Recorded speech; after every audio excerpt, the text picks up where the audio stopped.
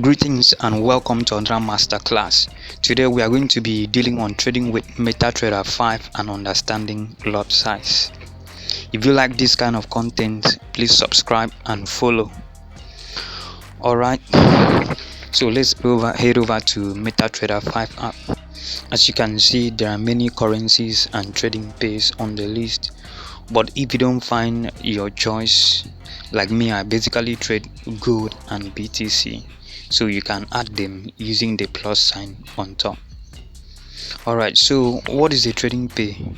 A trading pair is two different currencies or assets traded against each other in a single transaction.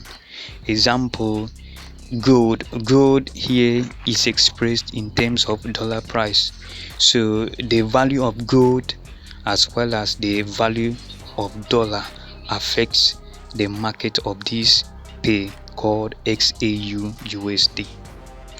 I'm going to now head over to trading with MetaTrader 5. In MetaTrader 5 we do buy and sell.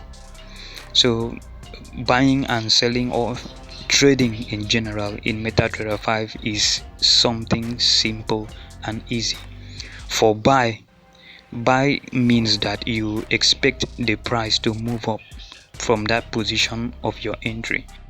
Sell means that you believe that price will go down from the point of your entry, and that's it about it. Another important thing about the MetaTrader 5 is the lot size. The lot size is how you control the size of your position in trade. When you increase the lot size, you make more money from little moves from the market. An example is a market that we just entered a buy trade and the market moved for 10 pips. So if you used a lot size of 0.01, you will make $1 from that 10 pips. If you use the lot size of 0.10, you will make a $10 from that same 10 pips. If you use 1.0, you would make $100 from that same pip. But you have to be careful, because if the market moves against you, you make much more loss in short period. Another feature of MetaTrader 5 is the stop loss and take profit. Stop loss refers to the level or amount you are willing to stake in a trade. It is usually denoted by SL. So when you see SL, you know that is stop loss. In sales trades, the stop loss is usually on top of your entry because you believe the market will go down.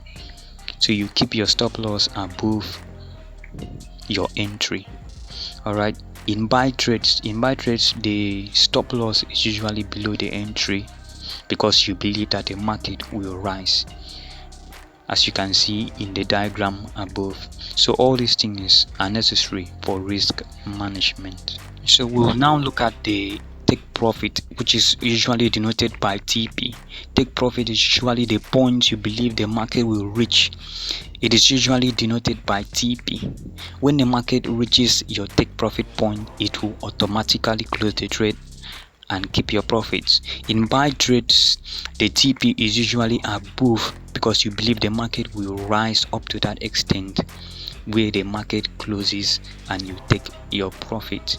While in sell trades, the take profit is usually below because you believe the market will fall to the point where your trade will close and you take your profit. So that's just it about the stop loss and the take profit. About closing your trades, when you go to the trades area, if your trades are open, you will see a 3 dots on the right of the screen. Yes, when you click that 3 dots, you will see a menu opening up, and you will find things like close all positions, close all profitable positions. So the close all positions will just close all the trades that are open, including the ones you make profit and the ones that are not profitable. So another option you see there is close all profitable position. When you click close all profitable positions, it will just close only the positions that are profitable. The last thing we are going to look at is the time frame. By tapping on the screen just once, you see a circular menu opening up. So on that menu you see M1, M5, M15, M13, even up to 1 week. So these are time frames, and with these time frames you can see how the market performed during those time frames. And that's it for MT5 app. If you missed anything, you can watch the video again until you grab everything. Thank you.